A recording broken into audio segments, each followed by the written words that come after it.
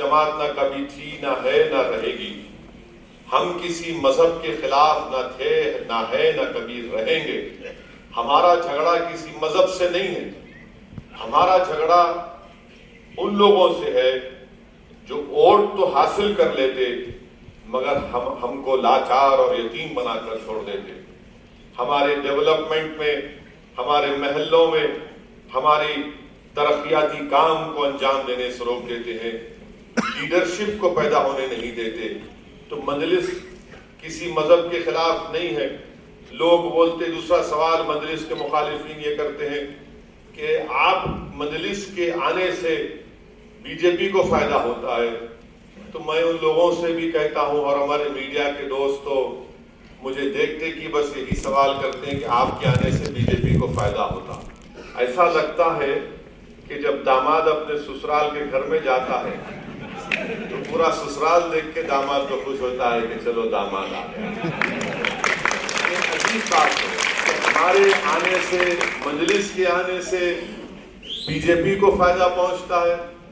आप बताइए कि गुजरात में हमारे पटेल भाइयों की आबादी कितनी है? 12% है ना सागर भाई? 12% 12 है। चलिए 12 पकड़ लीजिए, बढ़ के बोलिए। कल के दिन कोई चीफ मिनिस्टर नाराज ना हो जाए कि 1% कम क्यों कर दिया, बोलेंगे भड़काऊ भाषण दिए।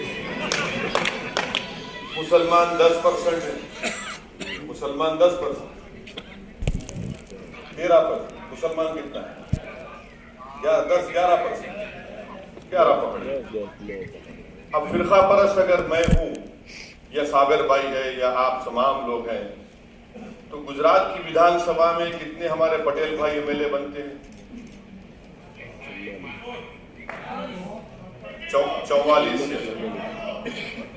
44 तो ठीक है, 44 से पकड़ लीजिए, तो वो कितना होता है? 24%। मुसलमान जो है 11% है और जीतता खाली 3 ही है। अब इसका जिम्मेदार मैं हूं, दामाद जिम्मेदार है। कौन जिम्मेदार है इसका?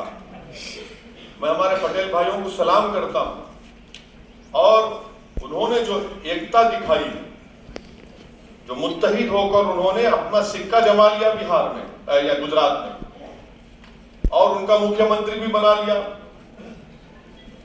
और जब यहाँ मजलिस आकर यही बात करती है तो हमसे वो मीडिया के जरिए सवाल करते हैं, अरे 3 है, आप उनको 3 को भी हराने आए। हम 3 को हराने नहीं आए, हम इंशाअल्लाह ताला 16 से ज्यादा कामयाब कराने यहाँ पर आए इंशाअल्लाह। ये तीन जो जीत कर भी आए, ये बेचारे कुछ को बोलते ही नहीं है, खाली बस अखबार में एक बयान दे देते हैं कि हम आए हैं दरियापुर में और वो बी टीम है, सी टीम है। अरे भाई, बी टीम अगर हम हैं, चलिए मान लेते हैं थोड़ी देर के लिए आपकी बात को, झूठे इल्जाम को। ये बोलो कि तुम्हारा लीडर जो माशाल्लाह से 50 साल का हो चुका है और अभी तक आजाद है, हम फंसे हुए हैं, आप तमाम कैसे हार गए अमेठी से? मैं तो नहीं रहा ना अमेठी से, कैसे हार गए वो? कौन जिम्मेदार है उसका? राहुल गांधी की बात कर रहा हूं। आप लोग अच्छा है भूल रहे कांग्रेस पार्टी को, भूल जाना। मुबारकबाद देता हूं, आप याद दिला रहा आपको। तो हम हमारी वजह से क्यों हार गए? क्या वो तो हर जगह बस नहीं, मजलिस नहीं लड़ना। उत्तर प्रदेश जाते तो समाजवादी वहां पर बीएसपी शुरुआती नहीं है, जिताने आए हैं, वो फुलां की टीम है। हम जाकर बिहार में लड़े, वही बात। दिल्ली में काम कर रहे हैं, वही बात। महाराष्ट्र में कर रहे हैं तो वही बात। तो ये इनका एक तरीका बन चुका है कि मजलिस को इस तरह से कहा जाए। हकीकत यह है कि इनके पास ताकत नहीं है, इनके पास वो सियासी शऊर नहीं है, इनके पास वो इंटेलेक्चुअल ऑनेस्टी बोलते हैं ना, वो भी नहीं है कि कैसे फिरका परस्त ताकतों से मुकाबला किया जाए। तो मेरे अजीज दोस्तों और बुजुर्गों, ये दूसरा इल्जाम। तीसरी बात, हम ये इल्जाम लगाते कि आप क्या करना चाहेंगे, किसको हराएंगे, किसको जिताएंगे। देखिए, इलेक्शन जब हम लड़ते हैं तो कोई जीतेगा कोई हारेगा ना। हम इलेक्शन इसलिए तो नहीं लड़ते कि खुद हार जाए, हम इलेक्शन इसलिए लड़ते हैं कि सामने वाला हारे और हम जीते। अब जब मैदान में मुकाबला होगा तो सब हमारे अपोनेंट है। मैं किसी को ये नहीं है, ये इसको नहीं बोल सकते, हम तो जीतने की कोशिश करेंगे।